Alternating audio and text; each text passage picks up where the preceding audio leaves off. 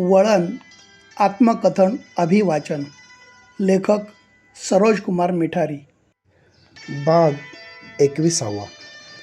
पहिल्यांदाच राज्याच्या सीमा ओलांडून दूरच्या राज्यात मी युवकांशी संवाद साधणार होतो. त्यांच्यासमोर हिंदीत भाषण देणार होतो. 1 ऑक्टोबर 2002 रोजी रात्री कोटा येथे पोहोचलो. या 2 दिवसीय अधिवेशनासाठी देशाच्या विविध प्रदेशातून युवक आणि कार्यकर्ते यांनी हजेरी लावली होती. पहिल्या दिवशी शहरात प्रभातफेरी काढून ठिकठिकाणी विदेशी मालाची होळी करण्यात आली. यात स्थानिकांनीही उत्स्फूर्त सहभाग घेतला. दुसऱ्या दिवशी प्रत्यक्ष भाषणे सुरू झाली. सभागृह तुडूंब भरले होते. सायंकाळी मला बोलण्याची संधी मिळाली. थोडे दडपण जाणवत होते, पण माझ्या प्रास्ताविकालाच उपस्थितांनी टाळ्यांच्या गजरात प्रतिसाद दिला. त्यामुळे आत्मविश्वास टिकून राहिला. सुमारे 15 मिनिटे माझे भाषण झाले. ते सर्वोत्कृष्ट भाषण ठरले. आझादी बचाओचे राष्ट्रीय प्रवक्ते राजीव दीक्षित यांनी तर "ये तो महाराष्ट्र का हिरा है" या शब्दात कौतुक केले आणि सन्मानचिन्ह देऊन माझ्यासह कॉलेजचाही गौरव केला. त्याबरोबरच सुनील अग्रवाल, जवाहर रहील रामाणी, संजीव कुमार सिन्हा, दुर्लभ जोरिया, पीयूष गौतम, नरोत्तम पाटील या सहभागी युवकांनी मला भेटून दिलेली दाद स्मरणात राहण्यासारखी. अधिवेशनाच्या सांगतेनंतर आम्ही कोल्हापूरला परतलो. कॉलेजने जोरदार स्वागत केले. प्राचार्यांनी सत्कार समारंभ आयोजित करून पाठीवर थाप दिली. प्राचार्यांच्या हाती सन्मानपूर्वक चषक सुपूर्द करून संधी दिल्याबद्दल आभार मानले. माझ्यात वक्तृत्वाचे बीज घाटगे हायस्कूलने रुजविले. मेन राजाराम कॉलेजने त्या बीजाची रोपट्याची काळजी घेतली आणि डी.एड. कॉलेजने रोपट्यासाठी मोठा अवकाश निर्माण करून दिला. इयत्ता 9वीच्या वर्गापासून सुरू झालेला माझा वक्तृत्व प्रवास जिल्हा, राज्य आणि आंतरराज्य स्तरावरून राष्ट्रीय स्तरावर पोहोचला. स्पर्धा संपवून मी अभ्यासाला लागलो. पुढे कोल्हापुरात मॅचवाला.com संस्थेने हॉटेल व्हिक्टर पॅलेस येथे फॅशन शोचे आयोजन केले होते. कार्यक्रम विविध सांस्कृतिक कार्यक्रमांनी संपन्न होणार होता. दीक्षित मॅडम यांच्याशी संबंधित ही संस्था होती. या कार्यक्रमाचे सूत्रसंचालन मी करावे अशी इच्छा मॅडमनी व्यक्त केली. त्यांच्याकडेच राहणारी शेफाली बक्षी, जम्मू काश्मीर ही वैद्यकीय शिक्षण घेणारी विद्यार्थिनी आणि माझ्यावर ही जबाबदारी होती. तशा बातम्याही वर्तमानपत्रात छापून आल्या. 8 एक दिवस मॅडम आमचा सराव घेत होत्या. कार्यक्रम उद्यावर आला. दरम्यान अचानक घरी औरंगाबादच्या ताई सहकुटुंब मला भेटायला आल्या. डी.एड. प्रवेशानंतर पुन्हा भेट झाली नव्हती, पण इतकी मोठी माणसे आपल्या घरी येणार असे कधी वाटले नव्हते. साहेबांनी माझी खुशाली विचारली. पप्पांचीही त्यांनी आस्थेने चौकशी केली. माझी पारितोषिके पाहून ते खूप भारावले. तसेच उद्या व्हिक्टर पॅलेस येथे फॅशन शोचे मी सूत्रसंचालन करणार आहे हे समजताच ते खुश झाले. पॅलेस मालक अपराध त्यांचे मित्र होते, त्यामुळे मीही उपस्थित राहतो असे साहेबांनी मला सांगितले. मास्तर, सचिन, जाधव सर, दीपक सगळे त्यांना भेटायला आले. सर्वांशी गप्पा झाल्या.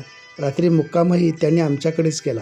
पण ज्या संस्थेने कार्यक्रम आयोजित केला होता त्यांनी प्रशासकीय मान्यताच न घेतल्याने ऐनवेळी कार्यक्रम रद्द झाला. दुसऱ्या दिवशी आईने औरंगाबादच्या ताईचा लेकीसारखा सन्मान करून निरोप दिला. Suraj, we are proud of you ही जाताना साहेबांनी दिलेली शाबासकी मला स्फूर्ती देणारी होती. इकडे कार्यक्रमासाठी कसून सराव करणारी शेफाली मात्र निराश झाली. तरीही आमचं काश्मीर खूपसुरत आहे. तशीच मोठ्या मनाची माणसं कोल्हापुरातही आहेत. तुमचे मार्गदर्शन माझ्या कायम लक्षात राहील. हे शेफालीचे मराठीतील बोल लक्षात राहणारे होते. कॉलेजमध्ये वाघमोडे सरांपासून मी थोडा दबकून राहायचो, कारण सर कधी काय बोलतील हे सांगता यायचे नाही. त्यात पुन्हा ते गणिताचे सर, म्हणून 4 हात आपले दूर बरे ही माझी भूमिका.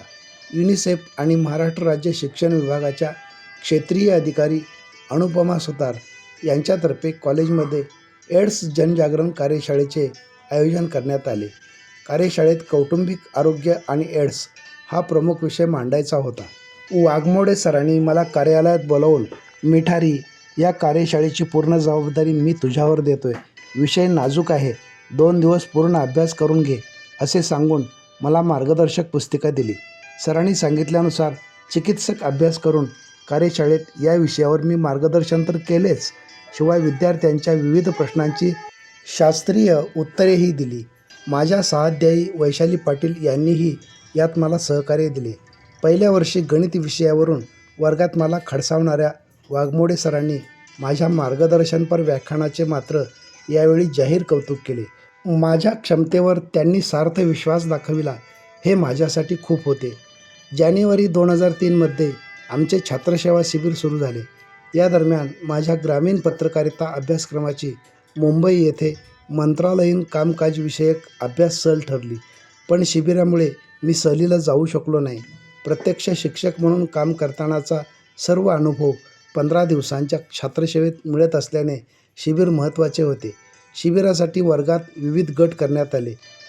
सोन करंबळे मॅडम आमच्या आझाद गटाच्या मार्गदर्शिका होत्या. या शिबिरासाठी छात्र मुख्याध्यापक म्हणून माझी व उपमुख्याध्यापक म्हणून दयानंदची निवड झाली. महानगरपालिकेच्या शेलाजी वण्णाजी विद्यालयात हे शिबिर सुरू झाले.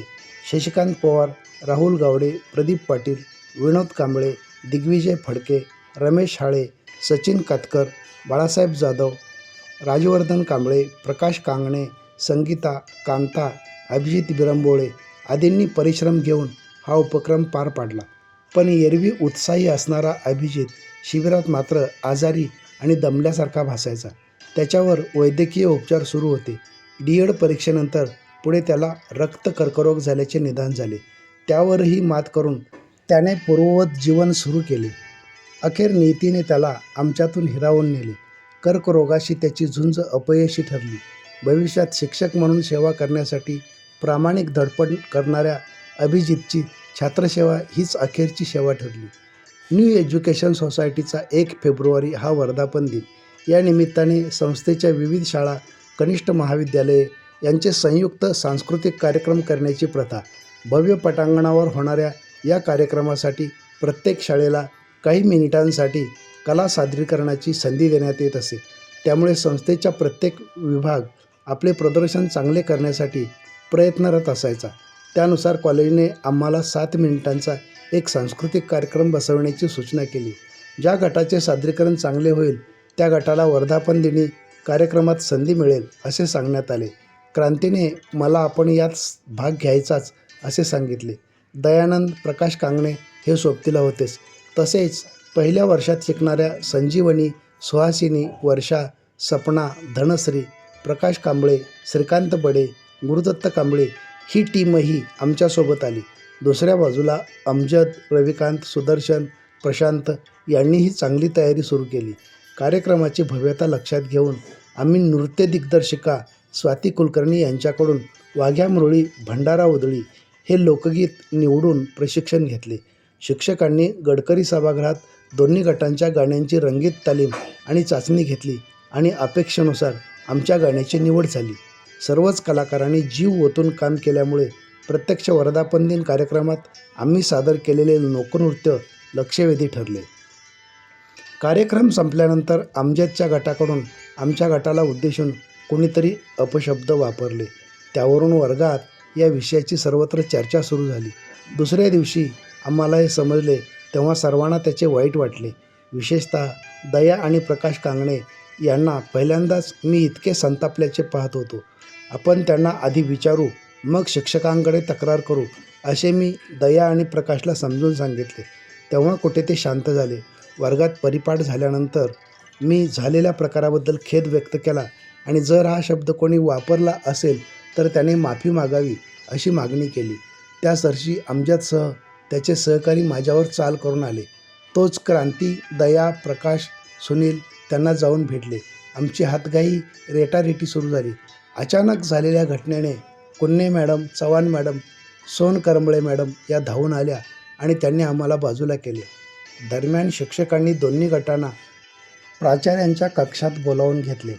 तेथे आम्ही झाला प्रकार सांगितला आणि यांनी जर अपशब्द वापरला असेल तर वर्गासमोर येऊन माफी मागावी, अन्यथा आम्ही वर्ग सुरू करू देणार नाही अशी ठाम भूमिका घेतली. या मागणीवर मात्र मगापासून शांत असलेले हेरवाडे सर, मिठारी काय चाललं आहे म्हणून माझ्यावरच ओरडले. सरांचा तो आक्रमक पवित्रा मला आश्चर्यकारक आणि क्लेशदायक वाटला. सर, आमचे काही चुकले असेल तर तुम्ही जरूर शिक्षा द्या, पण यांनी वापरलेल्या अपशब्दांचे काय? या माझ्या वाक्यावर प्राचार्यांनी हस्तक्षेप करत सर्वांना शांत केले. त्यावेळी आम्ही वर्गासमोर नाही, येथे माफी मागतो असे त्या गटाने सांगितले.